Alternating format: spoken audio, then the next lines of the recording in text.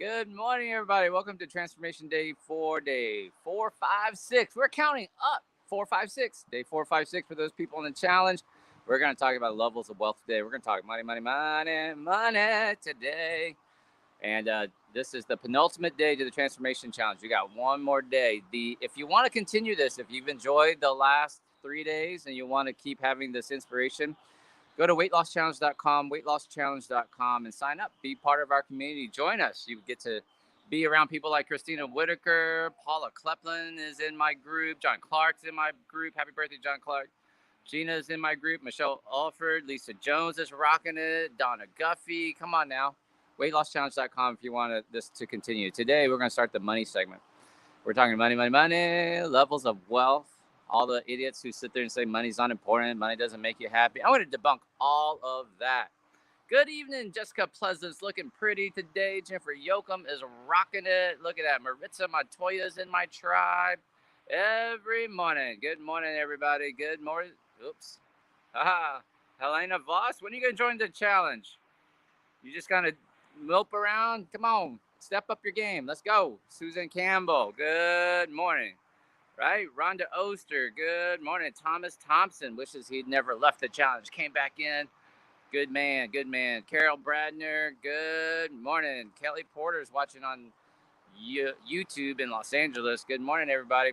It's going to be a quick one today. Quick intro today.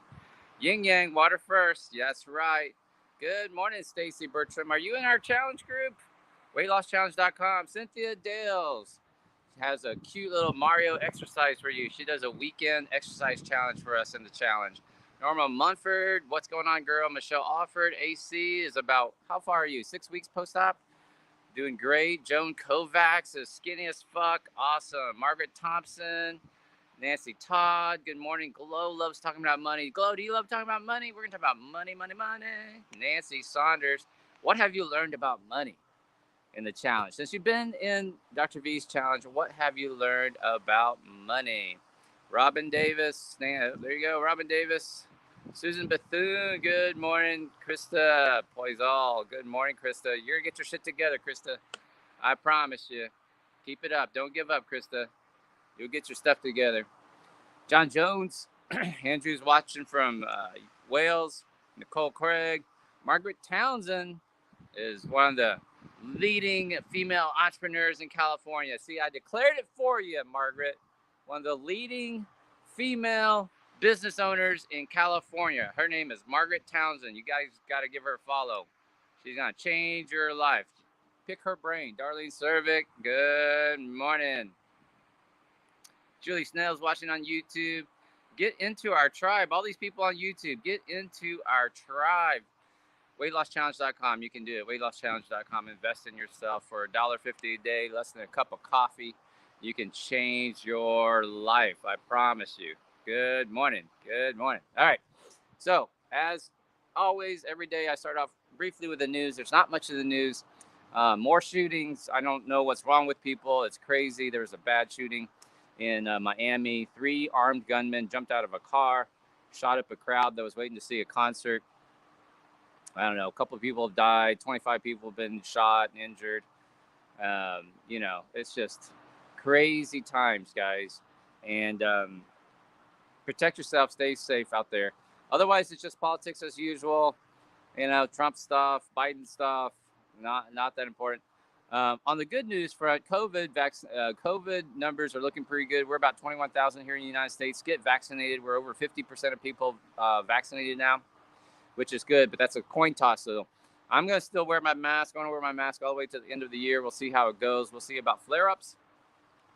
I will tell you that India is getting things under control a little bit, but they're still at 200,000 cases a day.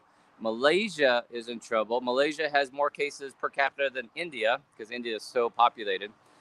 But remember, a lot of these countries don't have the infrastructure that the United States does to pass out vaccinations, hospitalizations, oxygen, etc. So they're in trouble. That's the problem with Argentina, Brazil, South America. Basically, all of South America is on fire. But I would like you to keep an eye on what's happening in South Africa. Remember, there's a South African variant.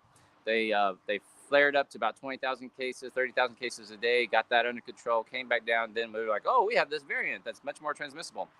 And they've been sitting chill for the last 2 or 3 months, and now they're back up to about 3,700 cases a day. And if they continue to climb this next week, if they hit this 6,000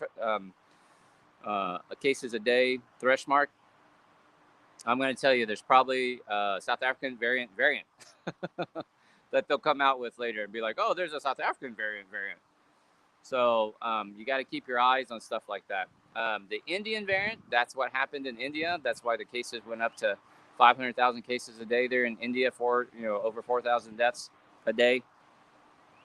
Has made its way into the United States, has made its way into UK. The geneticists who are, so the UK are leaders in the sequencing of these variants. And the UK predicts that the Indian variant will overtake the UK variant in UK. So the UK variant's the first one, that the B117 that first started all this variant talk, right? And caused that massive flare up in December in the UK, despite their lockdowns and everything like that. So the UK variant became dominant in the UK, and the specialists there think the Indian variant will take over the UK variant in terms of being the dominant variant. And then I said by the end of March that the UK variant would be the dominant variant in the United States, which it became the dominant strain. And the leader of the dominant of the UK strain in the United States is Florida. So people are sitting there to see, Florida opened up, we're doing all right. You got the most variant, UK variants. And remember, with each variant, we don't know of the efficacy of the vaccinations. They seem to be effective so far, so there's good indication that it's effective against the UK variant. And early data seems to suggest that it's effective against the Indian variant. But the more times that you allow these variants to mutate, you're running risk of avoiding capture, in which case you're going to require the need for boosters. So it's my life, it's my body, it's my choice, Dr. V. No, it's not. No, it's not. That's the same reason why you can't drink and drive. Did we just there's no logical thinking around anymore. I mean, critical analysis is so crazy these days. They can't, it's my choice, it's my body. Well, then drink and drive. Don't wear seatbelt. The government can't tell me what to do. Really? Go drink and drive. It's my body, it's my choice. I can drink and drive if I want to. That's not how that works.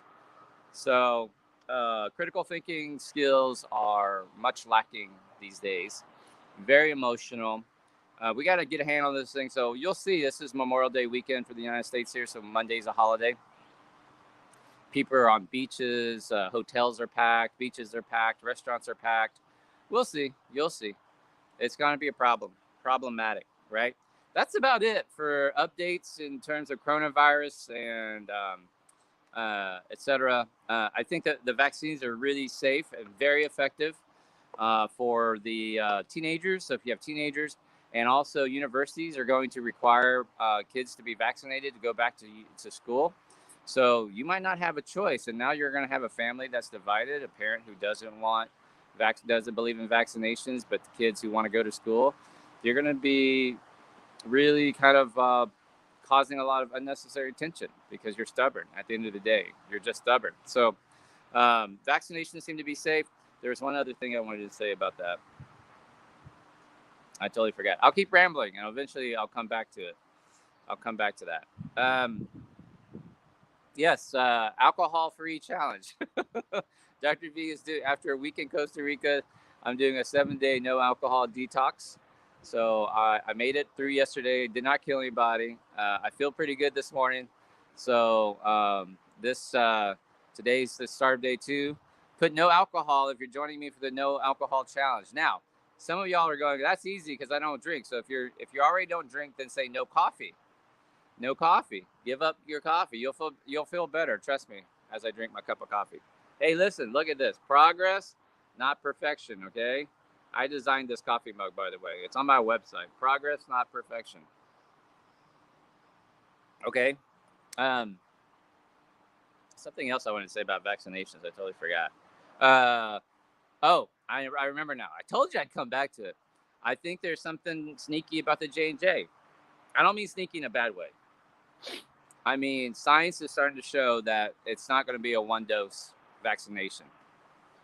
I have had several people message me because they bought the COVID rapid test for me, and they're like, my mom my friends, my mom just had the J&J like 3 weeks ago. They're not showing antibodies. They're either not showing antibodies or they're really weak. And I had the Moderna, and I'm like really bright line. I'm like, I know. I don't like you're not alone. I'm starting to hear this a lot. So they're studying this right now. They're looking at the response to J&J vaccinations, and they're trying to figure out if a double dose is better than a single dose, which I think it will be. So I think if you've had the J&J vaccination, you have a little bit of protection.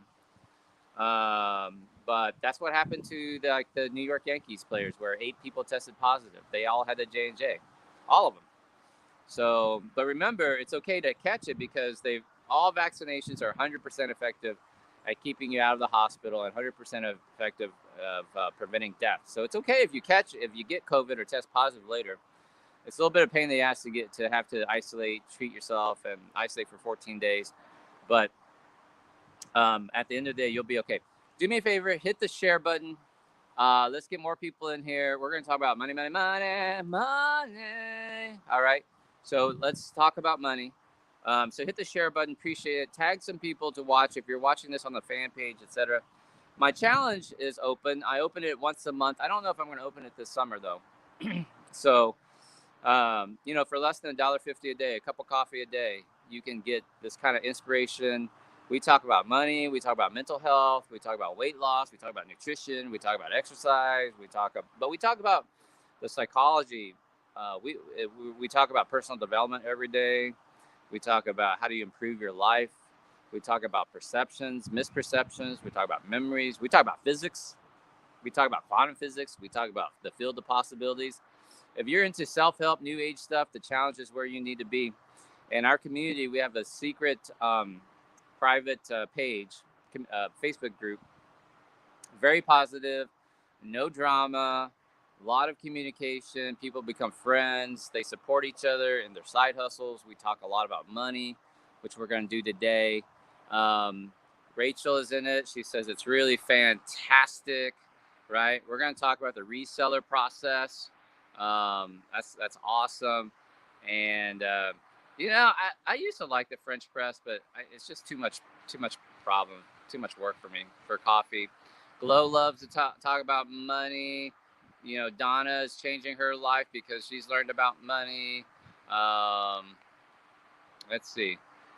It's very helpful. John Jones is in the tribe, Okay.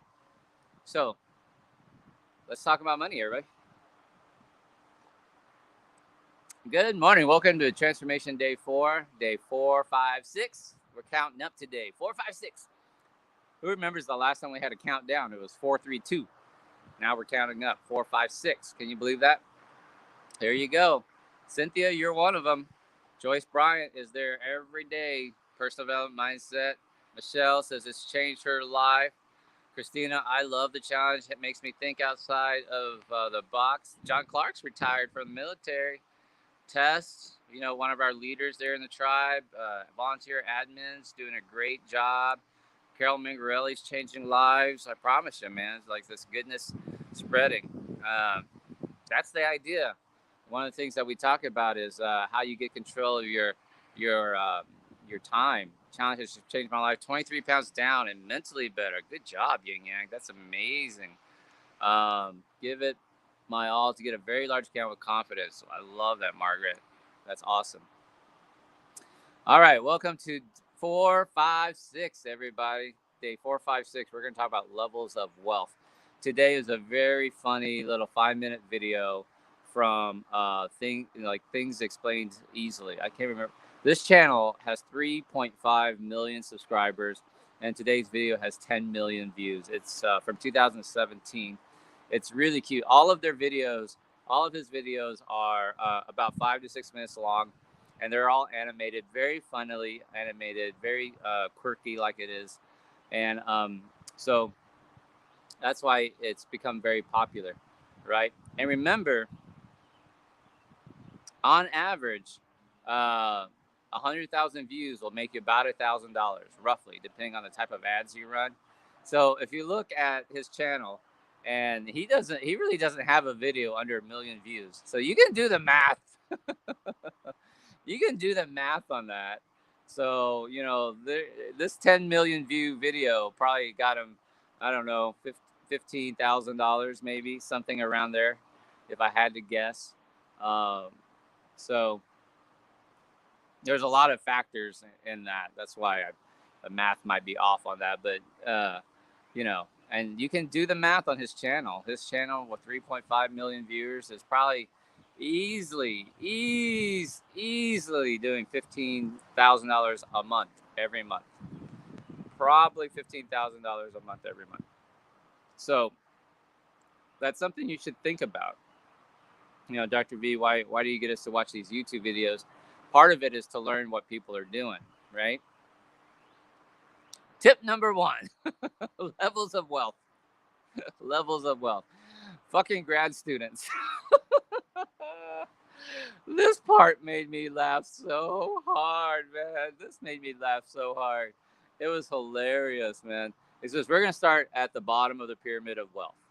It's these degenerates who are alcoholics, amphetamine pill popping degenerates who live off of public, assistance and are so broke that they use public resources. They're called grad students. Oh my God, I laughed so hard at that. It was so funny. Like medical students, grad students, they get some money to pay to live. Like residents. I remember when I was an intern, I think my salary was like $25,000 a year or something to work 100 hours a week. And when Kizzy's mom, she was a grad student at the same time. I mean, like they paid for her tuition and gave her another like $20,000 a year to live on or whatever. And it's so funny. Like you're just barely getting by. But on a more serious note, let me give you another pyramid of wealth, and I'm going to try to integrate these two levels. Okay, his pyramid of wealth, and then mine. So his bottom is fucking grad students, which I is hilarious. But on a more serious pyramid of wealth, the most bottom tier of wealth, we're not going to count homeless people, etc., like that. Obviously, there's zero. But on the very bottom part of the pyramid, sadly, are people, I'll call it like the public dole, DOLE, the public dole. These are people on welfare. These are people it's kind of a British European term, the dole. We don't really use that in the United States. It's called welfare or Social Security. The people on a fixed income, okay, they make up the bottom pyramid. And I want to tell you what, tip number 1A, right? 1A, people who sit there and go, oh man, those people on welfare, they have it good. They have a big screen TV. They don't have to work. Their housing is paid for. I'm going to tell you, that is fucking bullshit. That is a lie, and I'm going to talk about this later. Okay. I'm going to tell you that in my line of work, taking care of people, past, things I did, volunteering in free clinics, in med school, taking care of Medicaid patients, etc. I want to tell you, that's a fucking lie. They don't have it good. The last thing you want, you don't want to be stuck on the public dole. You don't want to be stuck on a fixed income. And give me an amen if you agree with me right here. Like, it's really stupid when people sit there and say, oh, they've got it good. They don't have to work. They're wearing Nikes. They've got a nicer iPhone than I do. No, they don't. The idiotic people do. But the average, like there are people who take that money and they don't make the best choices, right? They don't make the best choices. but trust me, they're not living good. I would not switch with them uh, for anything. So the next level would be right above like the public dole would be low income plus assistance. So the next level is low income plus assistance. So these people are they have a little job. They have a job, maybe like a waitressing job, but they don't make that much money, right? They barely getting by. So they have food, maybe food stamps. Now it's called WIC. They might have a public assistance if they have like a young baby. They might have Medicaid coverage for the young baby. They might have WIC for formula, and milk, and diapers and things like that. They might be on Social Security. So here the public dole, the bottom people, they're the ones who go, I'm on fixed income, and they don't realize that you can still work. If you're on Social Security, you still have a certain amount of money that you can work. It varies from state to state, so I can't tell you how much. Usually it's around another $1,000, right? Watch this. Put a 1 in the comment section if another $1,000 would really help you. You're not a big baller. You're not going to be rolling in a Rollie. You're not going to be wearing a Rolex watch. But put a 1 in the comment section if you'd like to have another dollar, another $1,000 a month, right? I would like another $1,000 a month. I'll take that. I'm not going to turn down $1,000 a month, but $1,000 a month would really help you, right? It's often said that the average bankruptcy could have been avoided if that person had an extra $500 a month, right?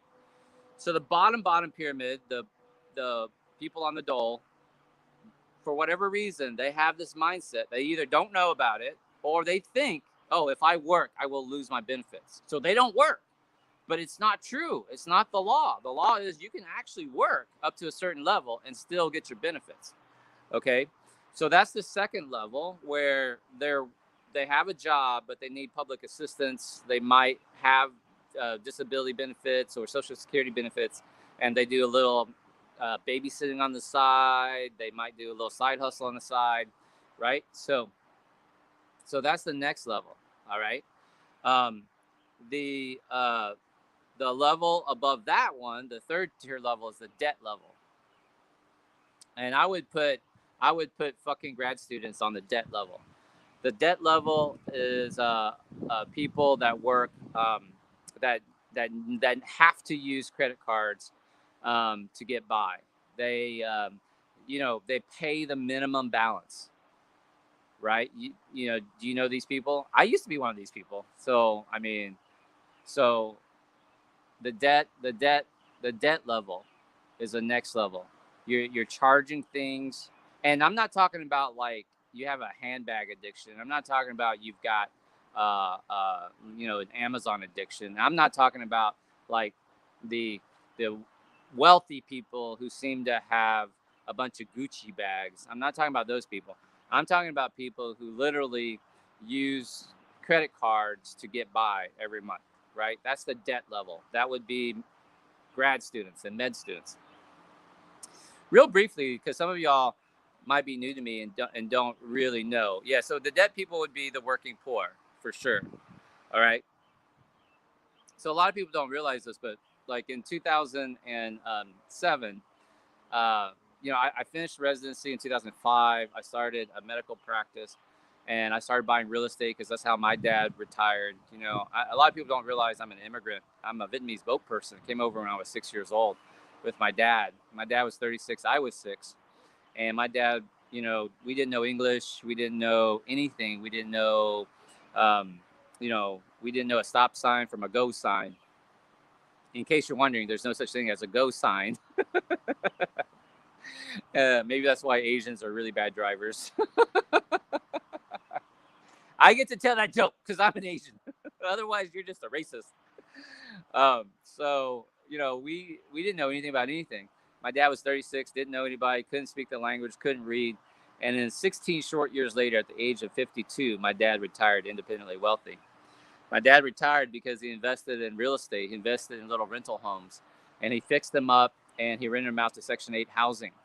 And so, that's how I knew about the poor, because I grew up on the poor side of town. I had big black mamas and brothers and sisters, and for the longest time, I thought I was African American. I was like that that movie, The Jerk.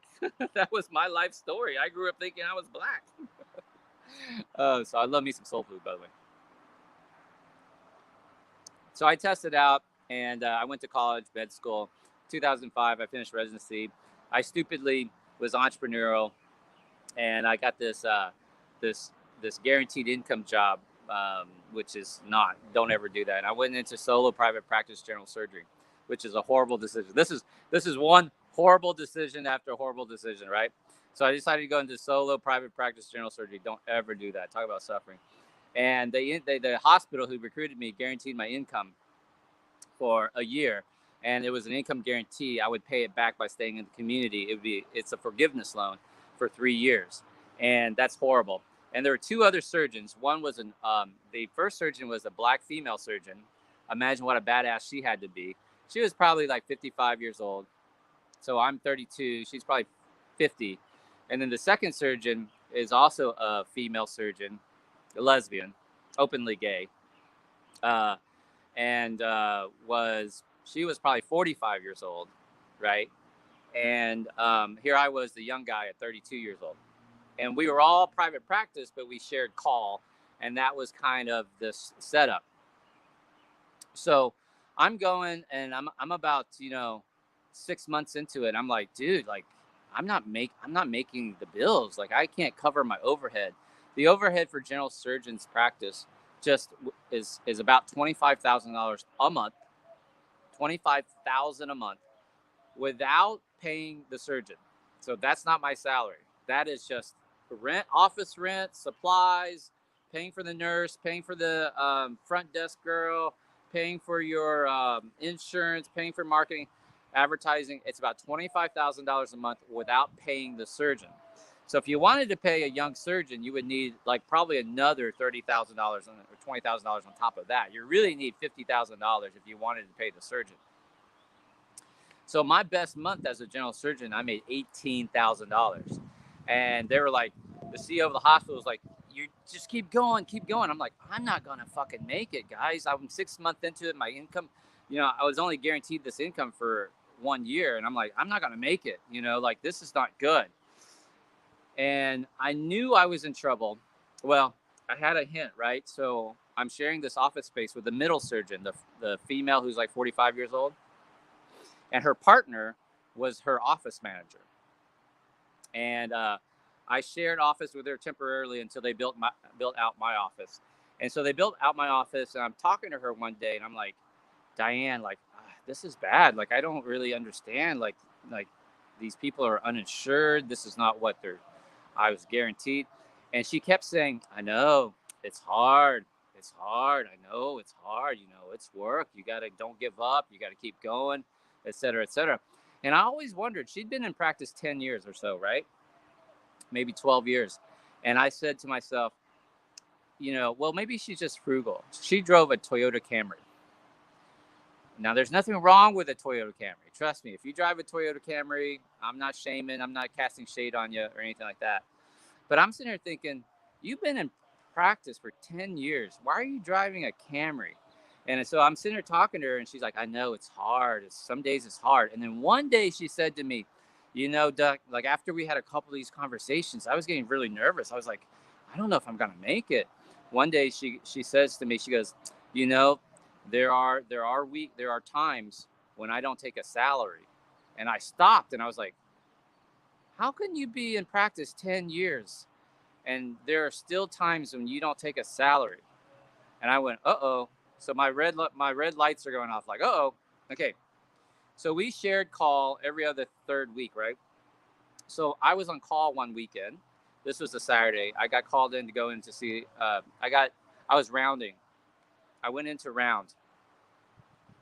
So I went into round at the hospital, and the black female surgeon, the oldest one, who's probably about 50 years old or 55 years old,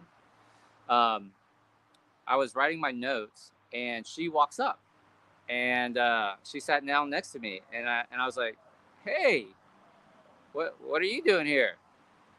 And she goes, I'm seeing a consultation." And I looked at her and I was like, "Oh well, you didn't have to do that. I'm on call. Like, why didn't they call me?" And she looks at me and she goes, "Doctor, I've been here 20 years, and I'm going to tell you, uh, you never." She said something like, "I spent 20 years building up these referral patterns, and I'm not about to screw up these referral patterns." And I was like, "Whoa, this is not what I signed up for." Who understands what I'm saying? Like, I should have been the one on call. I should have gotten that patient. I should have like built that relationship with that doctor, that referring primary care doctor. I should have taken care of that fam, even if they were uninsured, right? She's into her practice 20 years. She shouldn't need the business. Now, for those of you who are in the medical field, nurses watching, etc., who understands what I'm trying to say? Like, as a young surgeon, I was 32. I was 6 months into my practice. Who understands the situation I'm in? Like, holy shit! Like, I'm not gonna make that. This was my big aha, and I started freaking out. I went to the CEO of that hospital, and I was like, "Dude, I'm not gonna make this. This is not good." So by this point, I was buying real estate, and I had $4 million worth of real estate. Um, and here comes 2000. I started my practice in 05, 06. I was like, I'm not gonna make it. 07, I started doing weight loss surgery. I'm starting to turn my practice around. You know, I have a $25,000 month doing weight loss surgery, right? And I'm like, okay, I'm doing this. And then 2008, guess what happens? I had $4 million worth of real estate, which really means you had $4 million worth of debt. So then Hurricane Ike hits me. Um, and I mean, the tracking pattern of the hurricane went right through my living room. It went, and I lost everything, and all my properties were damaged. I had probably $30,000 a month worth of mortgages, and the banks did not offer deferment. It's just like what's happening right now to landowners, to real estate owners during the pandemic. You know, like they waived rent abatement. They said you can't evict people; they don't have to pay rent. And these landlords are like, I need to pay my mortgage, and the banks didn't offer abatement, so they were like, we still want your rent. That's exactly what's happening to landlords right now. I had the same situation. I was like, this hurricane wiped out my property. I don't have rental income coming in, and they're like, nope, you still need to pay your mortgage. Well, I had just started turning my practice around. I had my first $25,000 month, and Hurricane Ike destroys me. I don't operate for 6 months. I tried to I tread water for another 2.5, 3 years trying to make it work, and I couldn't make it work. And in 2010, 11, I declared bankruptcy. 4 million years of bankruptcy. I took this little job in Illinois, and to get my shit together, 2013, I moved to Albuquerque to take position as director of bariatrics. And 5 years later, so a total from 2000, I declared bankruptcy in 2011.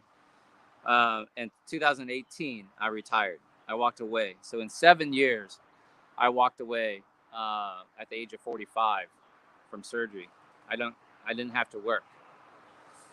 So for the people who sit there and watch this and they go, "Well, Dr. Vong, you don't understand what it's like to be poor, motherfucker." I came over as an immigrant. We had nothing but I'm not even sure we had a toothbrush. Like, I don't know what we did. So if my dad can retire at 16 years later at 52, and I lost everything at 36, and I retired at 45, like, trust me, I know what it's like. I know I was the poorest kid in school at one point. I often tell my tribe member this. At one point, Dr. V, at one point, I was not only the poorest kid in school, but I was the dumbest kid in school because I couldn't read English. I didn't know what they were talking about. I didn't know the language. I was not only the poorest kid in school, I was the dumbest kid in school. So I get it, man. I get it. But I tell you that story because, why should you be taking financial advice from a bariatric surgeon? You don't have to. But if I can go from $4 million in debt and retire in 6.5, 7 years, there might be something I can teach you. There might be something. So let me tell you about Go back to the debt, to the wealth pyramid. All right. So we got people on the dole. We got people on the dole plus a little low income plus a little public assistance. We have people in debt that's using credit cards to get by. The next level is paycheck to paycheck. Paycheck to paycheck people. All right. This is the vast majority of Americans. Um, um, a Gallup poll, I think, showed that something along like 70% of Americans are living paycheck to paycheck. And it doesn't matter the size of the paycheck. You could be a nurse with $100,000 paycheck and still live paycheck to paycheck, which most nurses do, by the way. And a lot of people don't realize this. A lot of doctors live paycheck to paycheck.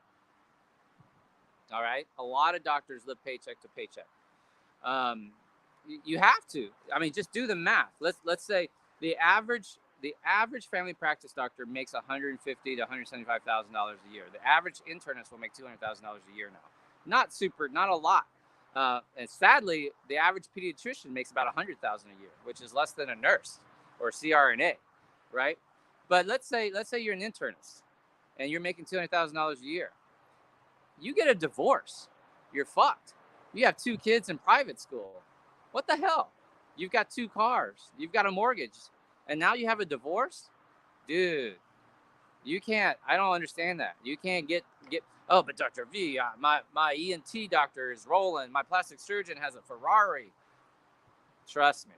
If they're on their second marriage, even if you're making $1 million a year, which would put you in the upper echelon for surgeons, for physicians, like, dude, you're still, if you've been divorced twice, you're still living paycheck to paycheck. Trust me. So it doesn't matter if you're a waitress living paycheck to paycheck, if you've got 2 jobs living paycheck to paycheck, or you're a nose and throat doctor living paycheck to paycheck. The next level is paycheck to paycheck. You don't have enough. And they did this poll that said 80% of Americans can't afford $400 emergency. A $400 emergency. That's your transmission, your car going out. That's your air conditioning unit breaking down. That's a sewer line breaking. Sewer line breaking is going to be a couple thousand. Just a sewer line backing up is going to cost you $300-400, right? That's emergency. Your kid falls and breaks their arm.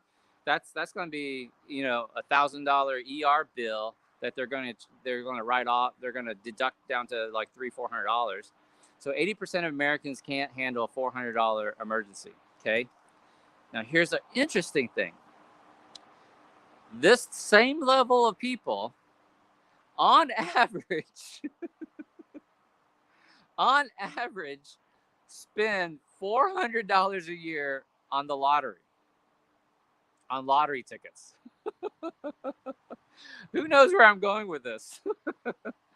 So this same level of people, on average, spend $400 on lottery tickets, when they should be saving it for their $400 emergency. So instead of saving it for this emergency, they're hoping they're going to be able to make it big in the lottery. This is like the weird thinking that we do. Okay, so paycheck to paycheck takes us to what he describes in today's video as the working and middle class. That kind of like covers, that's 90% of people, right? So paycheck to paycheck. The next level above that is $0. What is $0? Who's keeping? I need to draw this.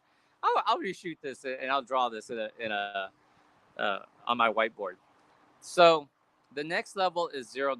By that I mean you're paying off your credit cards. You're not quite paycheck to paycheck. You have a little bit of money in the bank, but at the end of the day, your net worth is $0. Like, you don't have much. Dr. V, I've got $5,000 in savings. Yeah, you've got $0. Just let's just call it $0, okay? Because that's pretty close to $0. So that's the next level. That's the working poor. That's the that's the mom and dad who have they're working two incomes, etc., like that, right? And remember, do not count your house. You cannot count. Oh, Dr. V, like my house is worth $100,000 more than when I paid for it. Only if you sell it, motherfucker. It's not. No, you cannot count it. See, banks do that because that's their asset. It's not your asset. It's your debt.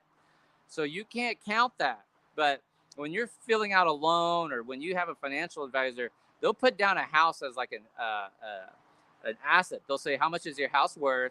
How much do you owe on it? My house is worth 300,000. Oh, 200,000. Oh, so on their spreadsheet, you're positive 100,000. Not true. Not true. Until you sell your house, it's not true. Okay. So if you take out your house, most Americans would be in this category, $0. They'll be in the category of $0. Okay. The next level above $0, I would call money. They're kind of the money level. And what's the money level? The money level is where money is the cost is not the deciding factor. Okay. And I know. Here's an example. And I know you can imagine you go into like a department store. Do you look at the clothes based on the style, or do you look at the price tag first? Or do you, and I still do this. I don't even look at the clothes. I go straight back to the sales rack. But I'm not saying, are you frugal? So I'm frugal, right? Like I don't spend money, right? Except unless it's on things I really, really want, right? So take aside being frugal. If you could, would you just buy the clothes you like, or do you look at the price tag? If you can afford to just buy the clothes without looking at the price tag, and let's call it Dillard's, right? So it's nice, but it's not like ridiculously expensive. You know what you're looking at on the rack is probably not going to be much more than $100, $200. If you're okay with buying an item of clothing for $100 or $200 without looking at the price tag, that's the dollar sign. That's me. I can buy, and in fact, I did that in Costa Rica for Erica. You know, we bought a few items, nothing over $100. You know, nothing crazy. But I didn't really care about the price tag. I looked at the style. Now, for myself, I go to the sales rack. That's being frugal. You guys understand the difference, right? If you can afford to just buy the clothing that you want without looking at the price tag, you're in the dollar sign. You're in the money section. The next level, which is not most people, the next level is what I call financially independent. Financially independent is where you don't have to work. Your passive income, and I can do another video on this. Your passive income is more than your cost of living. So by passive income, that's like mailbox money. That's my book royalties. That's my online courses. That's this tribe, like people who pay to be in my challenge group. If you want to join the challenge group, go to weightlosschallenge.com. For the less than a cup of coffee a day, you can get this kind of inspirational, emotional, spiritual talk, right? weightlosschallenge.com. It's royalties, it's passive income, it's some rental stuff, it's dividends and stocks. We've talked about this, the difference between investing and speculating. It's not Bitcoin. Bitcoin speculating. I've got about $25,000 in cryptocurrencies that took a tank this last week. That's all right. So that's financially independent. Now, I want to make this very clear. You might have this rich uncle, this super successful sister who makes $250,000, $300,000 a year, but they are still paycheck to paycheck. Who understands what I'm trying to say?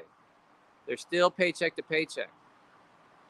You might have a rich aunt who who makes $50,000 a year, but she's miserly. She has money, but she's miserly. She won't spend it. She argues every line on a restaurant bill. She's always sending shit back. She doesn't spend her money. That's not a good way to be either. So financially independent. Now the next level above that, my gosh, I'm way over time. The next level above that is generational wealth. These are the uber rich. I'm not anywhere near that. So the uber rich, okay? Generational wealth. And a lot of people have never even heard this term. So put a 2 in the comment section. Actually, put a $sign in the comment section if you had never heard that term before. Generational wealth. These are the Rothschilds, the Rockefellers of the world, the Vanderbilts of the world. This is generational wealth. This is Paris Hilton money, generational wealth. This is the old money. And new generational wealth is being made all the time. And I'm not anywhere near that. I mean, you have to be a hectamillionaire. So a hectamillionaire is anything over 100 million, right? See, never heard of that. Generational wealth. That's the top of the pyramid, okay? That's where, that's it. So let me talk about some things that the poor people think, right? That are just money myths that you have to get past, okay? So poor people will say stuff like this. Money can't buy you happiness. Comment if you heard of any of this. Money can't buy you happiness. Well, wealthy people will say, you're shopping in the wrong place. It's not true. Of course money can buy you happiness. I mean, that's why you give Christmas gifts. See, these are idiotic excuses that poor people say to stay poor. Money won't buy you happiness. Yes, it will. Otherwise, you wouldn't do Mother's Day gifts. You wouldn't buy presents. That's the whole point of giving gifts, because it makes the people happy in the moment. So wealthy people would say, you don't know where to shop. If a poor person ever said to me, money doesn't make you happy, if a poor person says money doesn't buy you happiness, I would say, well, maybe true, but broke don't buy you anything. Dr. V's comeback is this: broke doesn't buy you anything. What does broke buy you? Show me what broke buys. All right, Mr. Smartass, money doesn't buy you happiness, motherfucker. Show me what broke buys you. List all the things that broke buys you. Broke doesn't buy you anything. Okay? Does that make sense? Poor people say, well, money's not that important. Really? Money's not important? Rich people would say, money's very important. So, and I would say, Dr. V would say this: if you think that money's not important, that's why you don't have any of it in your life. I'm going to say that one more time. If you think that money is not important, that's why you don't have any of it in your life. I'll give you an example. My relationship with Erica is important. And I work to keep Erica in my life. That's why I have Erica in my life, because she's important. My relationship with Mason is important. That's why I'm a stay-at-home dad, basically, right? Charity work is important. That's why I volunteer on several of my friends' charities, right? Spirituality is important. That's why I spend a certain amount of time on personal development and meditation. Whatever is important is in your life, you spend time on it. So if you ever say money is not important, that's why you don't have any. Why would you have anything in your life that's not important? Does that make sense? If your brain says it's not important, it means like you don't need it. So that means if you think money's not important, you don't have it. You won't have it. You can't have it because it's a dichotomy. It won't work. Okay? Money's not important. Money can't buy you happiness. Yeah. One of my, I'll give you another lie that poor people say. I hope you guys are writing these down. More money, more problems. More money, more problems. Right. I don't think so. The rich people say more broke, more problems. More broke, more problems. See, poor people think that rich people spend their whole time thinking about money. I don't fucking think about money. I don't sit there walk around worried about money. Who is worried about money? Rich people or poor people? Who knows the answer? I'll wait for some questions. Who worries about money? Rich people or poor people? The answer is poor people. Poor people are the ones who worry about money. Have you ever heard this saying? Too much month at the end of the money? Too much month at the end of the money? Today's what, May 29th? May, right?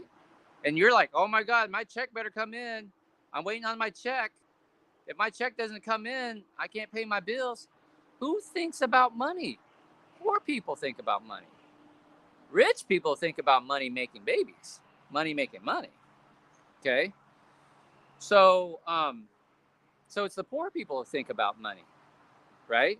So, oh, I forgot. More money.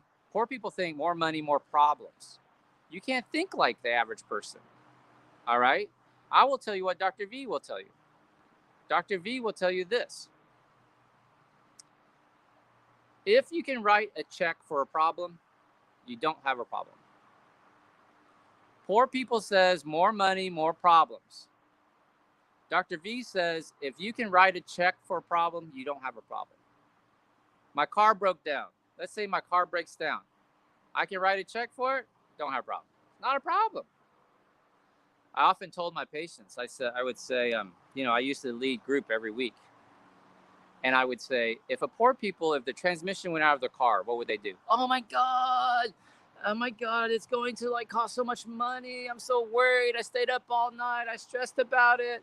I don't know what to do. Okay, so I told it into my friend's uncle has this car, like this mechanic place, and they're gonna help me out. They're gonna do it on the cheap. They're gonna cut me a deal, right? You know these people, right? So you take it to your shady best friend's shady uncle car dealership or mechanic shop, and the uncle only has like 3 teeth.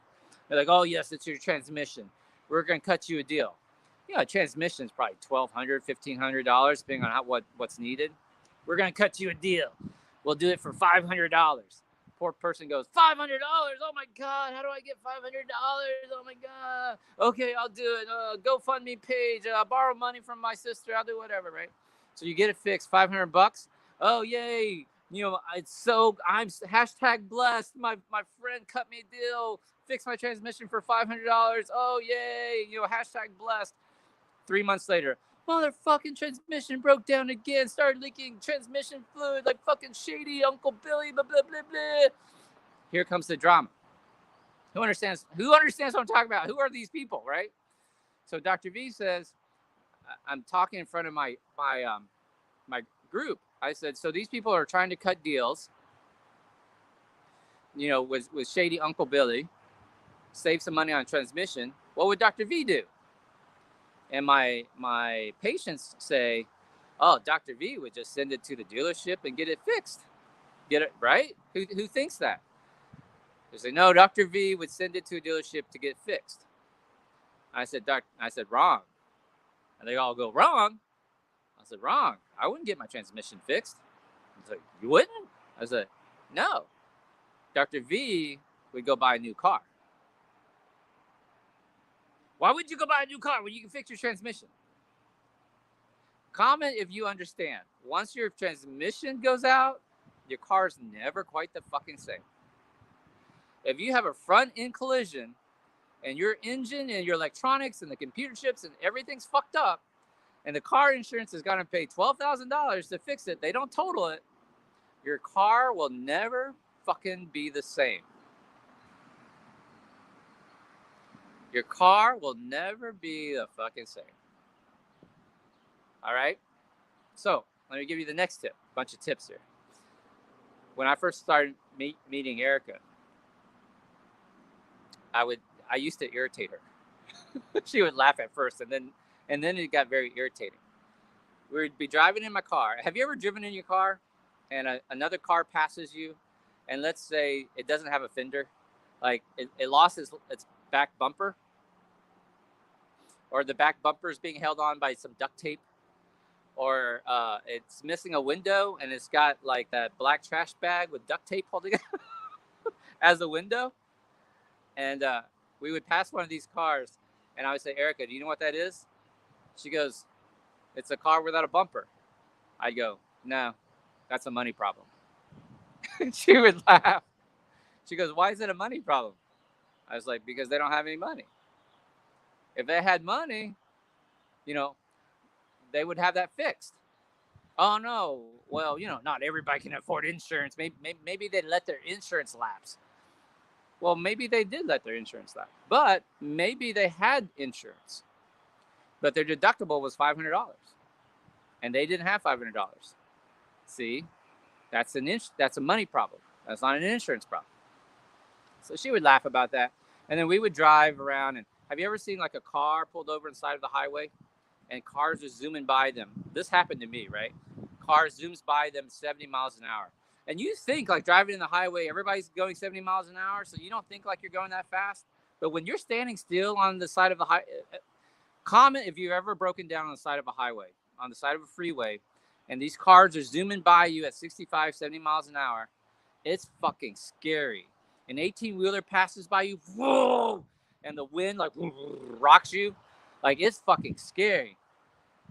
And so you're pulled over on the side of the highway, and you got the car jacked up. 18-wheeler flies by and like rocks your car. Your car's jacked up. You know what I mean? You're trying to change the tire. You're underneath it, and you're trying to change the tire. It's fucking scary. So we're driving along, and I see a car pulled over, and they're trying to change the tire. I'll say, Erica, you know what that is? She goes, it's a flat tire. And I go, nah, that's a money problem. She's like, what do you mean? I was like, what would I do if my tire broke over? If I had a flat tire? Like, you wouldn't change it? Fuck no. I'd call AAA. It's like, you come here and fucking fix this shit. I ain't getting out of here. It's dangerous. I'd probably take an Uber. I'd take an Uber and I'd get my ass off that freeway. Fucking scary. So I laugh about that, but about 2 years ago, there was I didn't know the guy, but I'd heard him. He was a speaker. He was a friend of a lot of my friends, because he was a motivational speaker on stage. And his Mercedes broke down in California. It broke down on the exit ramp, and he gets out of the car and he's walking off the exit ramp, and fucking gets hit by a car and dies. I'd be like, whoa. Yeah, I wouldn't walk. I'd be very careful walking on an exit ramp in the middle of the night. Cars are coming off that corner, turning that curve. They're overrunning their headlights. Nope, ain't doing it. Calling myself an Uber. Hey, pick me up. Where are you? I'm on the side of the road. Money problem. So what I want you to do, let me give you a challenge real quick, is to go through your life, go through today, and sit there and say, that's a fucking money problem. You see something, you go, that's a money problem. That's a money problem. That's a money problem. Now, some of y'all watching me are going to think I'm talking about you. If you have a situation right now, and I love you, you know who you are, but your husband won't sign the fucking divorce paper. You're living in the basement. You're living in a trailer, not because you want to, because you have to. You moved back home with your parents. I love you, but make no doubt about it, it's a fucking money problem. The sooner you can admit it's a money problem. Dr. V, why I can't get my husband to sign the divorce papers? Why is that a money problem? Your lawyer's not good enough. You tell your divorce lawyer, get him to fucking sign this paperwork, or I'm going to get a new lawyer. I'm going to get a better lawyer. Right? I'm going to take him for everything. Like, I'm being generous, offering him 50-50. It's a money problem. Right? Who understands what I'm trying to say? Okay. So, for those of you who are still watching, let me tell you how to fix the fucking problem. Put fix in the comment section if you want to know how to fix the fucking problem. for that one, you guys hanging on for an hour. Who wants to know how to fix the problem? Right? Love you too. He is signing on June 9th. That's Mason's birthday, June 9th. It is a money problem. You want to know how to fix it? Let's do this. Pauline wants to know how to fix it. Fix, right? Okay. So you listen to Susie Orman. You listen to Dave Ramsey. You listen to David Bach. What do they do? The Latte Factor. They always tell you, give up your Starbucks latte. You got to cut up your credit cards. Horrible fucking information. Do never shut down your credit card accounts. Like, stop spending money. Like, live like a miser. Move back in with your parents. I don't want to fucking move back in with my parents. Like all this sort of shit, right? Snowball effect. Blah, blah, blah, yada, yada. That's one option. But remember, the vast majority of people fall under the debt and paycheck to paycheck category. Okay? That's the vast majority of people. So my question to you is this. What the fuck are you going to save? There's nothing to save. Comment if you understand what I'm saying. All these financial advisors, these money gurus are saying, you need to pay yourself first. You need to save 10%. Take 10% of your paycheck and just put it away in the savings account. And don't touch it. Comment if you go, he's fucking right. What the fuck am I saving? I've got nothing to save. I'm barely making it by. I barely have enough. Like, what the fuck am I saving? There's nothing for me to save. All right. Now, some of you going, okay, Dr. V, don't be shitting on my Dave Ramsey. All right. So I'm gonna do what Dave Ramsey says, or Susie Orman, and you put away 10%. Like, okay, I'm gonna put away 10%, and I'm going to sweat fucking bullets for the next 3 weeks, hoping that I'm not gonna spend any money. I'm gonna not eat out. I'm gonna eat peanut butter sandwiches. I'm gonna eat ramen noodles every day. Right. I'm gonna save my 10%. Right. What happens, starting the 21st, 22nd, 25th of the month? What do? You put away $200 in your savings account. Here's the 25th. Do you not touch it? Hell no. You touch it. You say, I got to pay the bills. They're going to shut off the lights. So even if you paid yourself 10%, you would end up spending that money. No, Dr. V, I'm very disciplined. No, I save that money. Okay, motherfucker. You save that money. Susie Orman, you need to budget. Get a budget. All right, Dr. V, I'm really good. I'm going to budget. Okay, I'm budgeting. So I sat my husband's fat ass down, and we looked at our money, and we looked at our spending, and we did a budget. We did a budget. What happens to your fucking budget? What happens to your budget? Your transmission goes out. Dynamite on your budget. Your kid, you decide to enroll your kid in soccer. $100 soccer shoes blew up your fucking budget. Your daughter falls and breaks her leg. There goes your budget. Your husband falls at work, hurts his back, can't work. There goes your budget. Don't have a fucking budget. What's the point of budgeting? There is no point. Who understands what I'm trying to say? So, at some point, you can only save so much. There's a bottom level. Eventually, you still have to pay your rent or your mortgage.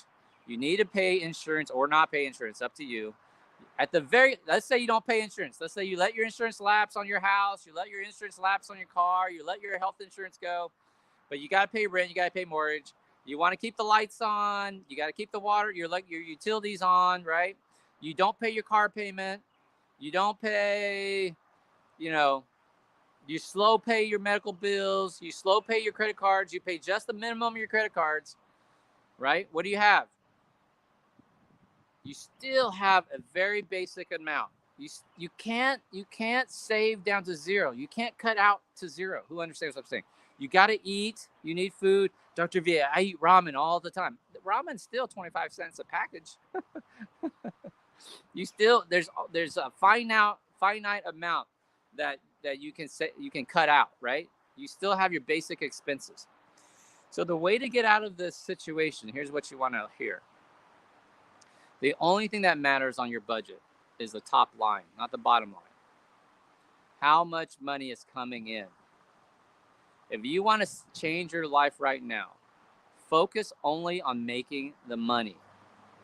And if you're one of these people right now that can sit here and go, see, I knew he was all about the money. I knew it. I knew it. Money's not important. Money doesn't make you happy. You're one of the motherfuckers I'm talking about. You're one of the problems. That's a mental block. You just don't think you're worthy of having more money. You just don't. You still believe your mom, what your mom told you, your dad told you. Like, you all have beliefs. Like maybe when you were little, you asked your mom, I want to buy this toy. And your mom says, oh, no, go ask your dad. He has all the money. And now you think in your life that women aren't supposed to have money. Or you see your mom and dad argue about money growing up. And now you think that you're older. You say, well, if I just make more money, I'll, like we just argue. It causes more problems, more money, more problems. Maybe your dad was very successful. Your mom was very successful. And they bought all this stuff, but they died from it. Like they had a heart attack at age 55. And you're sitting there going, well, why work so hard if you're just going to die? See, why work so hard making this money and drive yourself to an early grave? You see, you have blocks. You all have blocks. I'm telling you, right? And you have to think about this sort of stuff. You have to learn from people in the tribe that are starting to tell you, like, you're totally right, Dr. V. Like this, you can do this stuff. You have to learn this sort of stuff, okay? So what you have to do is increase the income. Now, I'm going to tell you about something really, so right now people are going, Dr. V, I already work 2 jobs. What's the point of working? What's the point of, like, you've got to have time off. You can't be working all the time. And these people are fucking broke. These people are broke. This is why you can't think like them, right? This is why you can't. Did I fucking say you need another job? Now, you might have to start with another job. There are doctors working 2 jobs. Most nurses have 2 jobs. Can I have an amen? Most nurses have their primary job, and they'll do some sort of like home health care. They'll do some sort of second gig. They'll do some sort of weekend gig. Most therapists, they have 2 jobs. You think they're big ballers. You think your daughter is doing so good because she's a nurse and she's working 2 jobs. I didn't tell you to get another job. So the first thing you have to do is increase that flow of income. Now, it might be a second job, but if your lazy ass son, 16-year-old son, 18-year-old son's not doing anything, fucking make him go mow lawns. Tell him, hey, $30, go mow a lawn. Just mow lawns. Tell your broke ass husband, go mow a lawn. Maybe when your kids are at school, you go clean houses. You go clean a couple of houses. I pay my maid $70 once a week. Come clean my house. Dr. V ain't ever cleaning a toilet. I cleaned this toilet when I was in Illinois. I was a broke ass surgeon and I was $4 million in debt. And I had to take this job in Illinois to get over this. And I'm cleaning my toilet. And I looked at that toilet and I said, this is the last fucking toilet I'm ever cleaning. So I went to the office the next day and I said, anyone here know a good maid? Got to name a good maid? I have never cleaned another toilet. Okay? Ain't cleaning a toilet. So, maybe what you need to do is sit there and say, well, my kids are at school from 8 a.m. to 2 in the afternoon. And instead of going home and fucking watching Days of Our Lives, I'll just go clean a house. Just one house, 2 hours, $40. Once a week, twice a week, once a day, like 5 days a week. It's an extra $200. Right? It's not going to cost you anything. You get out of the house, a couple hours, not going to break you. Well, but you're going to miss Days of Your Life. You're not going to know what happened to Bo. How the hell did he know about Bo? I don't know. There's always some Bo on the. There's always a character named Bo. And some shit's always happening to Bo. I don't fucking know why. It's like, if you're an actor and they cast you for Bo, some shit's about to happen to you. It's like on Star Trek. Did you ever watch Star Trek? Captain Kirk, Spock, and Bones they teleport down to a planet, and they always say, "Hey, ensign, ensign." There's like some other character who you'd never seen before, like head of security or whatever. So some little like cadet. Hey, cadet, come with us. If your character's named Cadet and you beam down to the planet, you ain't coming back up to the ship. Some shit's gonna happen to you. You're gonna be seduced by some blue lady. Some blue Martian's gonna eat your head off. So if your character is named Bo, your head is getting decapitated and your head's being put on some other person. I don't fucking know. Okay. So let me tell you real quick about a program. It's completely legitimate. The owner of the program has become one of my really good friends. It's called his company is called Resellers. It's a resellers program. I offered it only to my people in my tribe, and right now I started offering it to people in the free transformation challenge. And starting today, I'm going to start offering it to people on my fan page. And I only have 100 slots. It is a free $750 a month. A free $750 a month. It's not a scam. It's not an MLM. It's not a pyramid scheme. Why is it not a pyramid scheme? You do not have to put any money out of pocket. They will never ask you to write a check, to take any money from you. Basically, you're helping these companies who are online companies. If you've ever bought something from a Facebook ad, some glow light, some lamp, some magnet, some toy, these are online companies that do millions of dollars a year. And for whatever reason, Visa caps their merchant processing. Their Visa is capped at like $5 million. But they know they can do $10 million, right? So what you're doing as a reseller, you're becoming an extension of their company. And they are creating for you your own business, your own LLC. And they take care of it all. And they show you how to set up this business. You don't do anything. You start a banking account that has merchant processing. Let's say they can do $500,000 or $200,000 a year through your merchant processing, your Visa processing, and in exchange they give you $9,000 a year, $750 a month. So if you're in it for 6 months, you get $4,500. It's $750 a month for doing nothing. And they actually will send you the money, $300 to open up the bank account. They will form the LLC for you. They build a website that will be an image, a mirror image of their website. So all you're doing is helping them with their merchant processing. It's not their line of credit. It's not, and you don't do anything except set it up for the first time. You never come out of money, and it's a free $750 a month. There are some guidelines. One, you have to be 21 to 69. You can't be over 69. You have to have a credit score of 620 or higher. You cannot have declared bankruptcy in the last 5 years. You have to be in the United States. It's U.S. only. You cannot have your own merchant processing account. Like you can't have a Square account, but PayPal is okay and Stripe is okay. You can have a Stripe account. So you can't have a Visa account, but it's easy because if you're in an MLM and you had to set up a Square account for your paparazzi or whatever, it's okay. Just shut down that Square account and open up a Stripe account, and Stripe doesn't count it against you. But that's kind of the major things. And you need to have your last 2 years income taxes filed, right? But the big one is a 620 credit score. If you're around 600, that's close enough. They'll actually show you how to increase your credit score. So by the time it gets set up, it takes 3 to 5 months to set up. But once it gets set up, you get a free 750. So Norma, I have people in my challenge group that are already getting their account.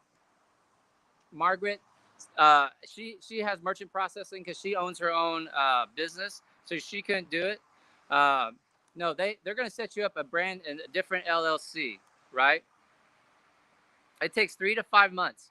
Um, so you just they'll the company will file the accounting all for you. They run, let's say they run all of the money for the account. Remember, let's say they're selling you teeth whitener. Like they partner you up with a merchant that sells teeth whitener. Well, they might sell $20,000 worth of teeth whitener through you might see $20,000 in that business account, but don't spend it. What they'll do is they'll because that money pays for the product, it pays for shipping, it pays for customer service, and they'll deduct the money. And at the end of it, the accounting will show that you earn $9,000 for the year or $750 a month, and you file that in your regular income tax as a pass-through entity. So comment for me real quick if you're watching and you've already started receiving checks. We have several people now is starting to receive checks. Lynn is on her second check, I think. Yeah.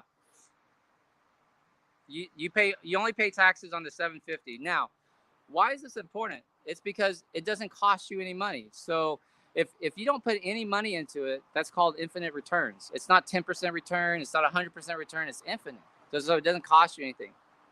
My girlfriend Erica is very close because we moved. It threw off her paperwork, so she's had to redo her paperwork. Lynn Green, I've been getting checks since December. That's awesome, right? So now, put yes in the comments section if you think an extra $750. It's not sketch because they've been in business. And hey, listen, if you think it's sketch, it's not for you. They've been in business for 18 years. They've been doing this. And see, that's a block, right? If you don't believe me, then fuck off. I don't really care. And in fact, my friend Jerry, who runs the business, doesn't want you. We have more people that needs to do it. So if you think it's sketchy, then fuck off. I don't really care. They've been in business for a long time, and you can't find any dirt on them. If they were sketch, then that they would have been shut down by now.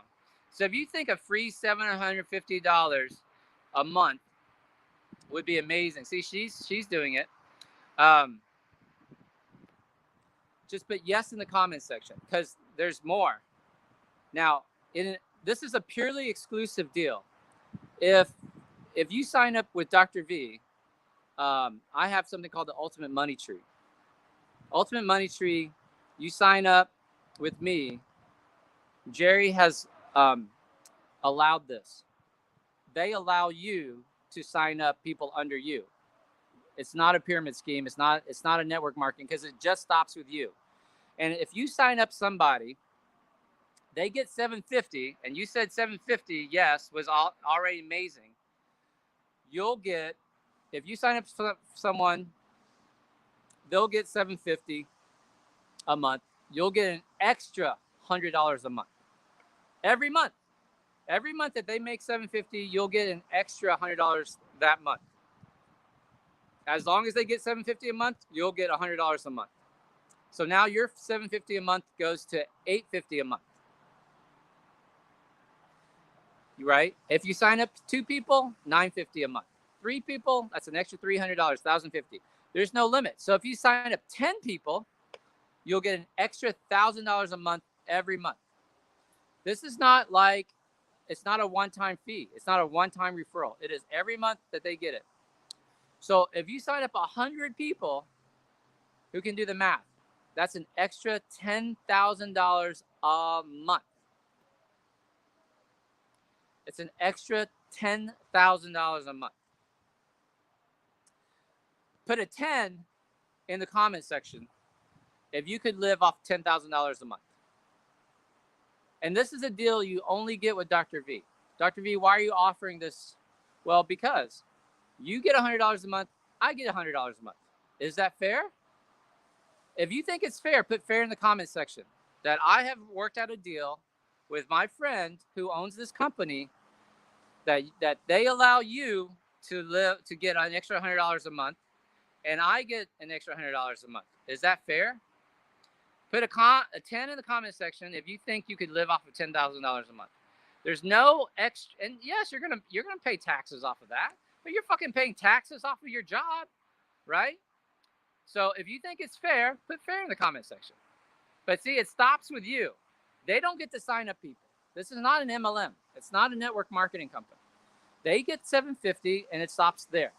But you, because you sign up under me, you get the extra $100 a month every month that you sign up somebody. As long as they're getting 750, you get that amount. So Erica is signing people up, and she goes, "Holy shit!" Like her light bulb went off.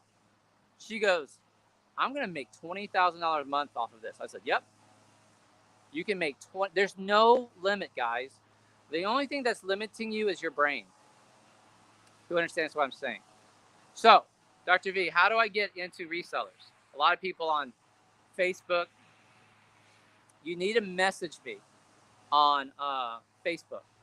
Go to facebook.com/Dr. Vong.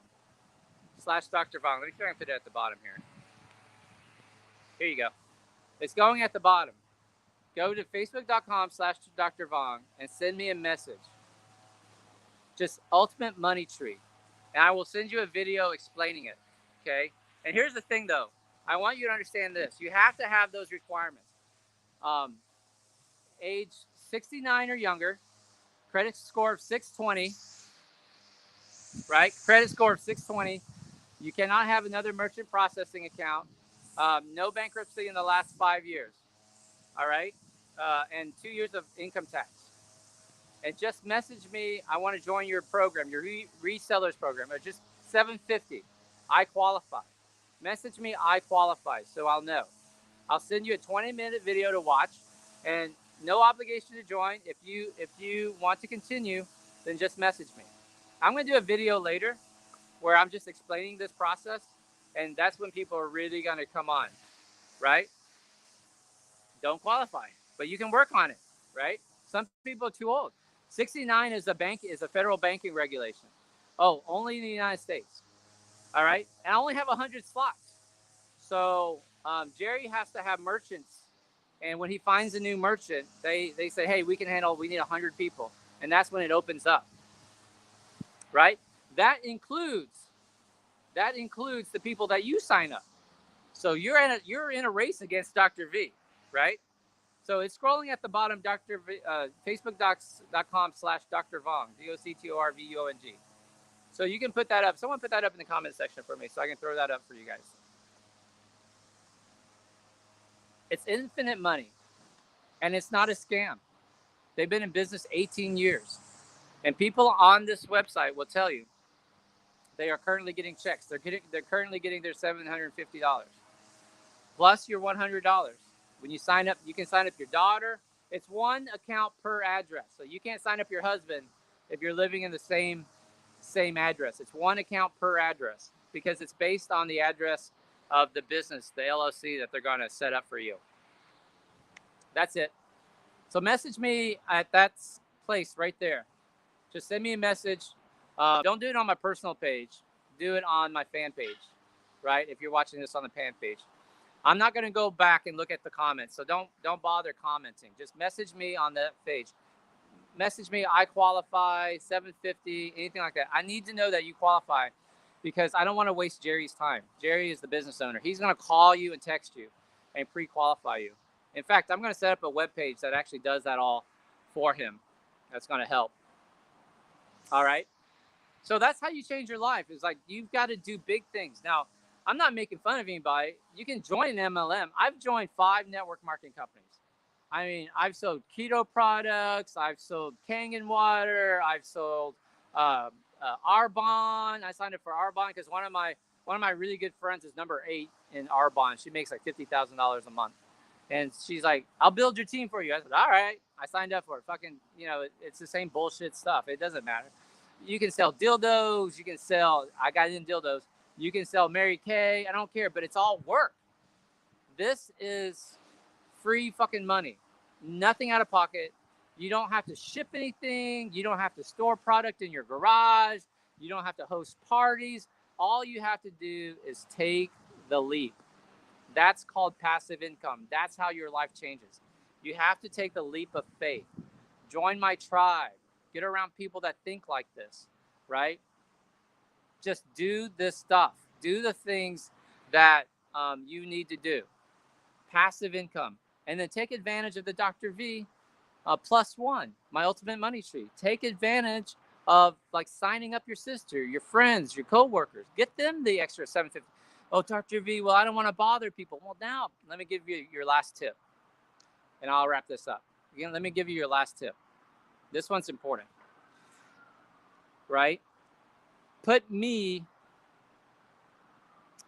in the comment section if you don't think you can do this, because you don't want to bother your friends, you're shy, you're not a good salesman, you don't want to bother people, you don't want to you're embarrassed, you want to figure it out for yourself first. Put me in the comment section if you think you're not good at selling, if you think this is too good to be true, you think that your friends would make fun of you, you don't want to talk about it because you think your friends would make fun of you or something like that. Just put me in the comment section real quick, okay?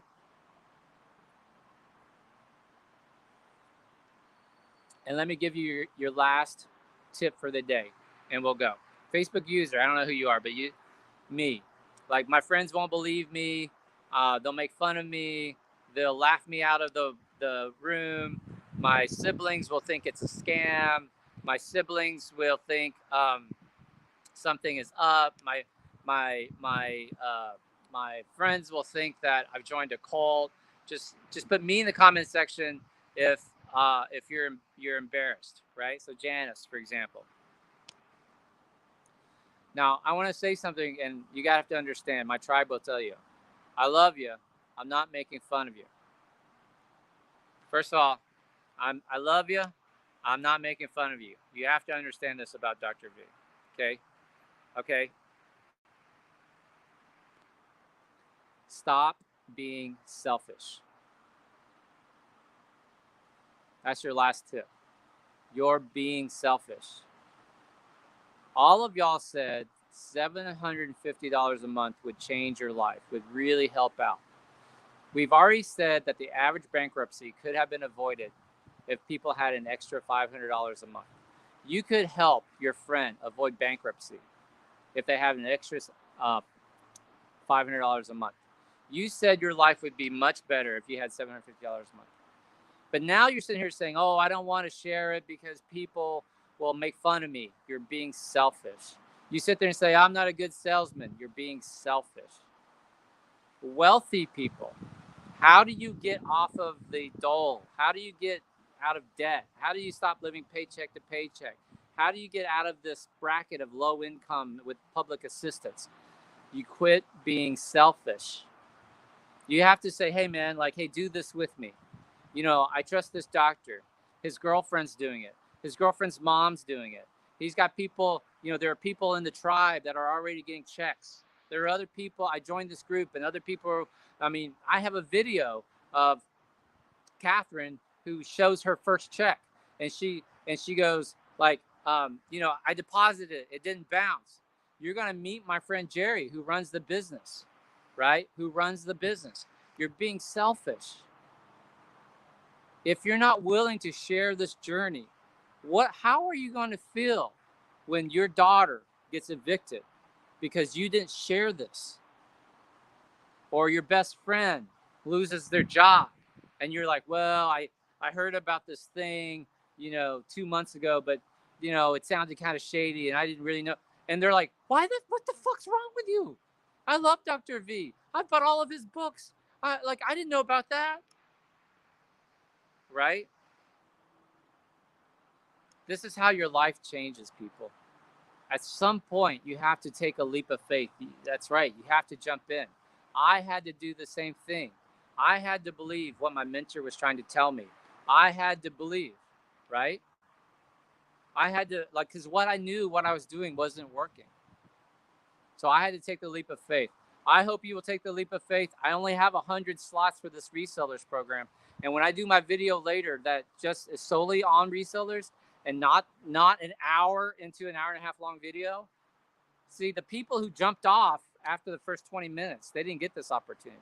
But when I do a video just on resellers in front of my whiteboard, that thing's going to go. So message me, facebook.com/Dr. Vong, 750, I qualify.